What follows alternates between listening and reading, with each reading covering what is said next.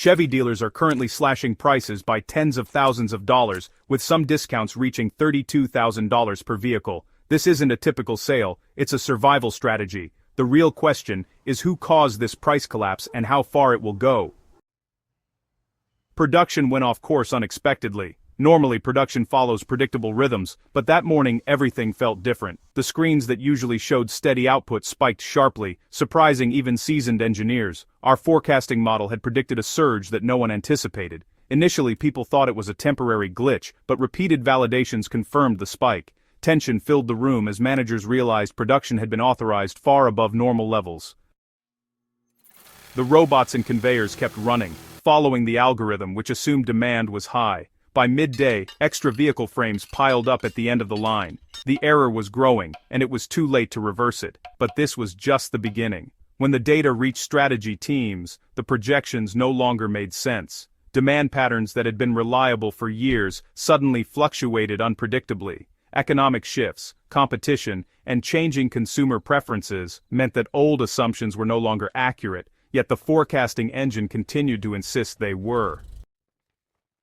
Hours of meetings revealed contradictions at every turn. By the time a full audit was requested, production orders were already in motion, making corrections nearly impossible. The numbers didn't add up, but the system kept running, creating the conditions for a larger crisis.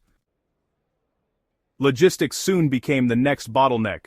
Trucks slowed, storage lots filled faster than anyone really anticipated, and additional land had to be rented to accommodate all those unsold vehicles. Transport networks became overwhelmed. Carriers started requesting higher rates or just flat out refused loads, and the gridlock spread. Every lane was congested, yet production never slowed.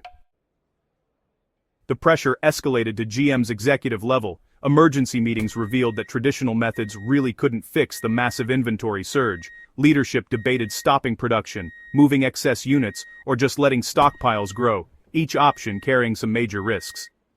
Every decision carried enormous weight, but eventually, directives were issued to contain the crisis internally.